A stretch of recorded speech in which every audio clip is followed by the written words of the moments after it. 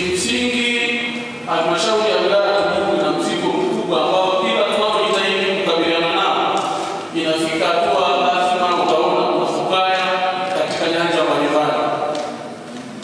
Hiki kilichoelezwa ni zaidi ya hapo, kwa sababu halmashauri kutokana na ukubwa wake umetengeneza kata zaidi ya 39 na baadhi ya kata ukiangalia pia zinaweza zikagawanywa ukapata zaidi ya kata 45. Mfano kata ambayo inatokea kata Mchoteni ambayo yenyewe ukiangalia ina matawi 18 ya Chama cha Mapinduzi, ina wakazi zaidi ya 18,000. Yaani hiyo ni kata ambayo ina vijiji takriban 7 ambapo wenyewe ina sifa ya kugawanywa kupata vijiji zaidi ya 12. Sasa basi katika hali na muktadha huo, hali ya Tunduru ni mbaya. Yaani ukija kwenye uendeshaji wa halmashauri hapa, kipindi kilichoingia kama mwenyekiti, nimeona mzigo uliokuwa kubwa kiasi ambacho hata vile uliosema la kufuatilia miradi, sisi tuna gharama kubwa sana za uendeshaji. Kwa takwimu shukrani kwa naangalia tumetumia sio chini ya lita 800 kwa siku kwa ajili ya shughuli za mafuta tu ya gari za halmashauri kwenda kufuatilia baadhi ya vitu vidogo kutokana na ukubwa wa eneo la Tunduru. Ni kuombe Mheshimiwa Mwenyekiti, pamoja na kuridhia, lakini naomba tolo ulipe uzito. Baraza letu la madiwani lina madiwani zaidi ya 57. 57, yaani sisi ni wapili kutoka Dodoma jiji kwa nchi nzima.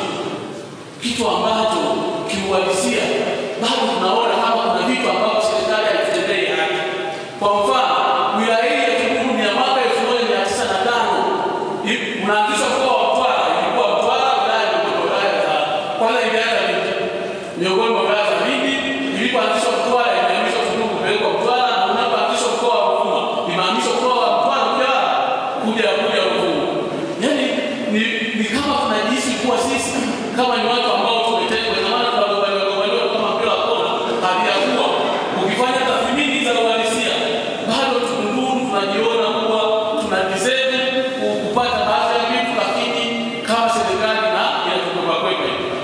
Kwa hiyo Mheshimiwa Mwenyekiti, ikikupendeza na wajumbe wako wa baraza hili, chonde tunaombeni katika hatua hii, tunaomba chonde tusaidie katika kusukuma kulingana na mzigo wake, kitu ambacho kinatupa hadi nguvu kweli.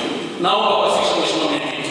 East African Spirits Company Limited ni kampuni inayojihusisha na uzalishaji wa pombe kali na bia. Kampuni hii ilianza mnamo 2018 ambapo ilianza na line ya plastiki. Tulianza uzalishaji wa bidhaa yetu inayoitwa Diamond Rock. 2019 tukaanzisha line yetu ya line ya glasi ambao tunazalisha bidhaa yetu pendwa Hanson's Choice. 2023 ndipo tulipoanza ku blend na ku manufacture beers zikiwa ni Hanson's Light, Goldberg, Basembi ambayo imeunga mwaka 2024 na Hanson's Dry iliyoanza uzalishaji mwaka 2025. Bidhaa zetu ni bora, salama, zimethibitishwa na TBS, lakini pia zina key element au niseme ni zina sifa kuu ya kutokuwa na hangover, kutokuwa na harufu mbaya, na pia zina bei nafuu kwa kila Mtanzania.